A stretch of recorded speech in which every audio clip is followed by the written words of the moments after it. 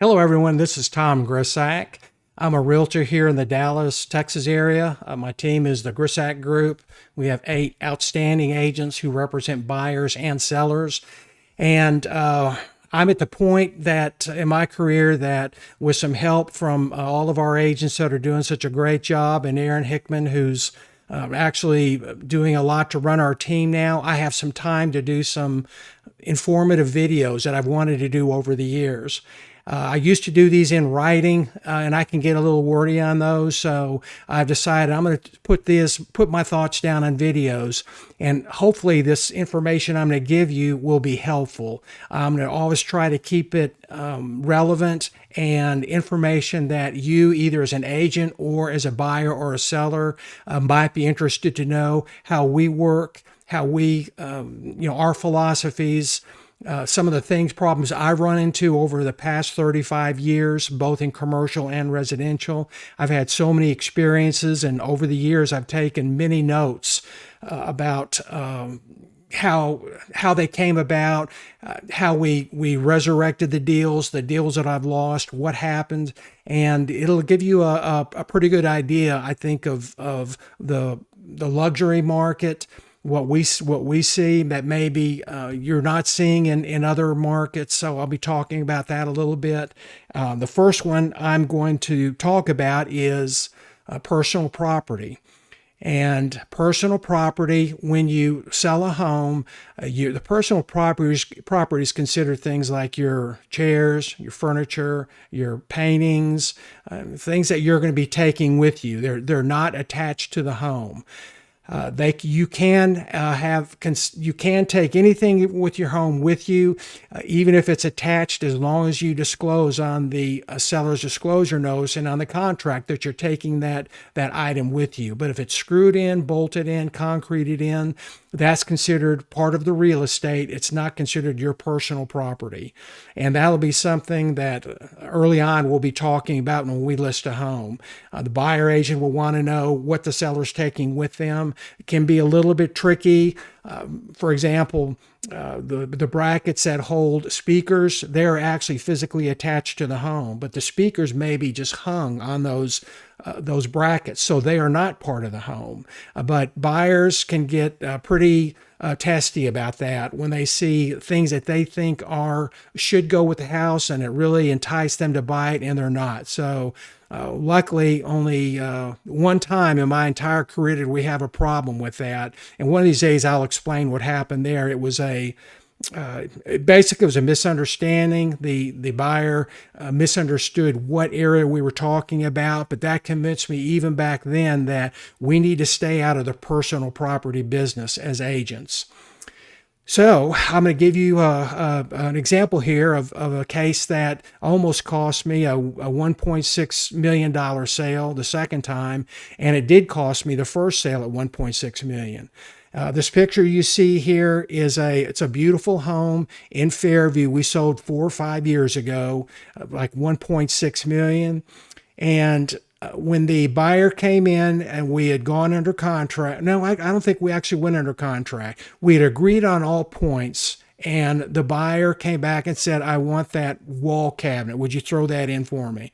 Well, you can see it's an expensive wall cabinet there. Everything in this house was really very nice. There wasn't any inexpensive furniture or furnishings in there. So the seller said, no, I don't want to do that. I'm really not interested in doing that. And the buyer got a little bit offended, and he said, well, I thought that was going to cost us the deal. But the buyer said, okay, look, throw in a kitchen table or throw in some other stuff. And it got to a point where the seller got really aggravated with this buyer, and he finally said, tell him to go away. I don't want to do business with him. So that cost me that deal. I really feel like we could have made that deal, but egos got in the place there. Neither party really, in my opinion, reasoned that even if it was a $10,000 concession that the seller had to make to give to the buyer, that's lost in the noise on a $1.6 million deal. But that didn't matter. He did not want to feel like he was out negotiated on the transaction. The buyer on his side was saying, "Look, I'm paying you good money for this home. You should be able to throw something in for me. If it's not that, do something else." So killed that deal. A month later, we got another interested party, and I was talking to the agent. I said, "It's fantastic, great home," told him all about it. And I said, "Just do me one favor, do not request that wall cabinet. It's not built in. You can tell it's not built in, but it fits there really nicely." So he talked to his buyer about it, and they came back. The agent told me, the buyer said it's fine. He's not that crazy about it anyway. I said, "So great." So we go under contract, and they do their inspections, and we work through some kind of minor issues on it. And then the agent came back to me and said he would like to the seller to throw in that wall cabinet. So I said, "Now I told you," say, "Well, I've already lost one deal over that cabinet. I don't want it to happen again." I said, "He's not going to do it." So he said, "Well, he will buy it from you." I said, "Well, what will he pay?" And here I am negotiating personal property. And he said he'll give him $10,000 for the wall cabinet.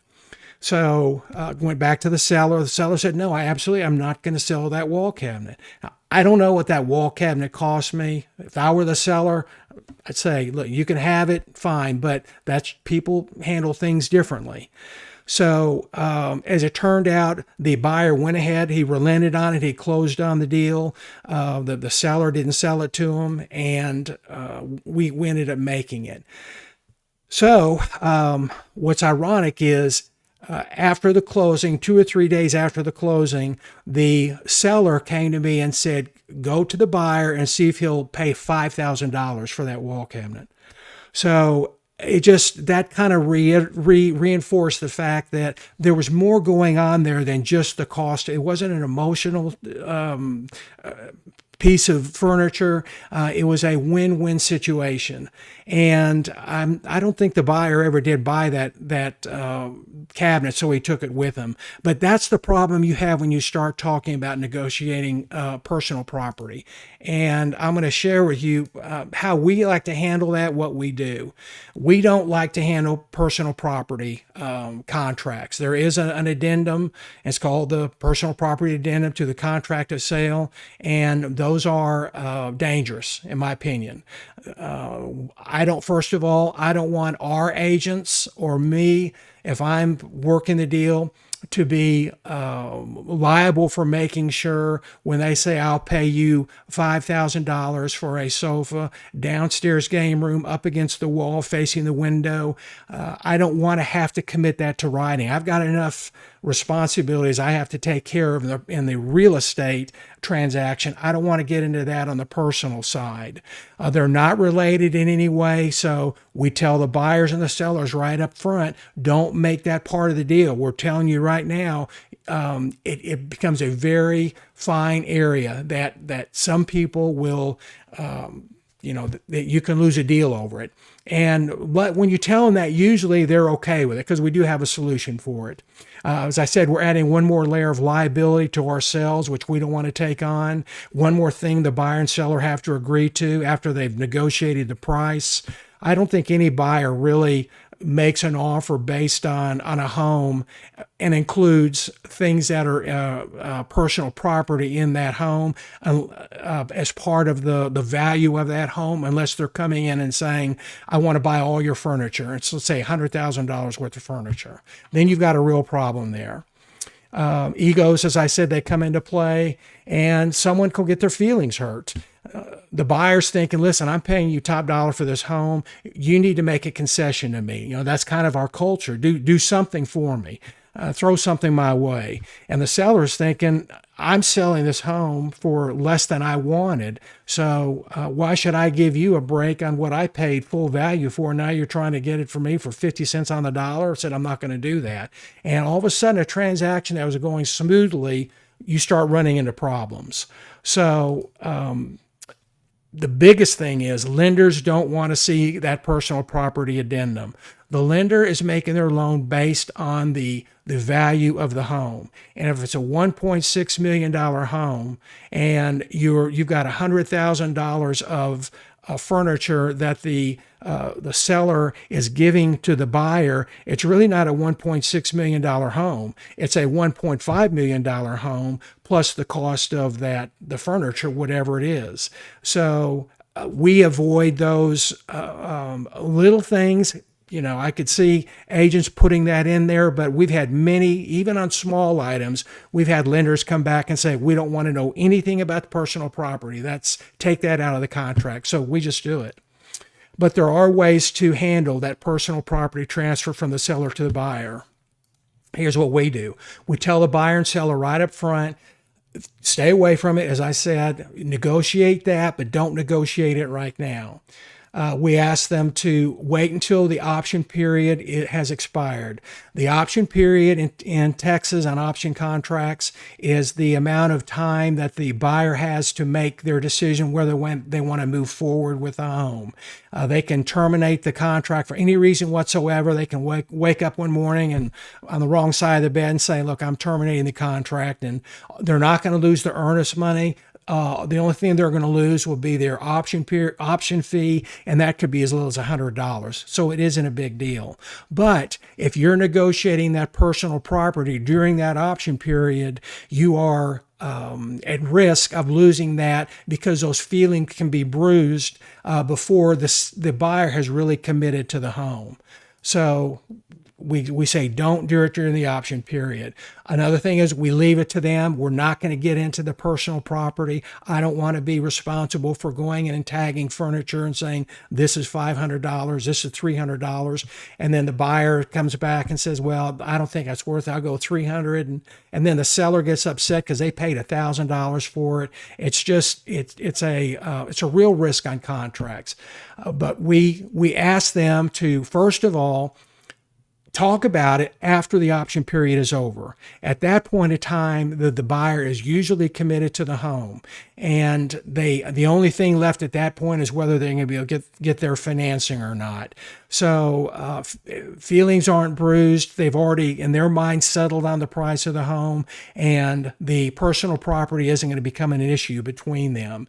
And then we ask them to do it with a bill of sale. And a bill of sale can be just something as simple as a handwritten document. I, John Smith, am purchasing these items, and they'll lay out the items from Joe Blow for the amount of $15,000 to be paid at closing. You want to make sure that you do have it tied to the contract, though, in some way. The documents tied to the contract, so the home doesn't close, and then the buyer comes, he still wants the seller to sell him that property that he's getting at a great discount because the seller thought he was going to buy the home too. So if you follow those rules, stay out of the personal property, keep it separate from the real estate, you'll be fine. So thank you all. Hope you got some good information out of this. I'm always glad to answer questions if you have them about residential real estate, and I can probably answer them about commercial too, because I had 14 years of pretty stiff commercial real estate. So give us a call if we can help you. If you are thinking about selling your home, one of these days in these videos, I won't be saying this is a historical best time to be selling your home. These days something's going to happen, and this market is going to change. And the people that aren't selling their homes now, I think they're going to be kicking themselves. So call us if we can help you in that direction too.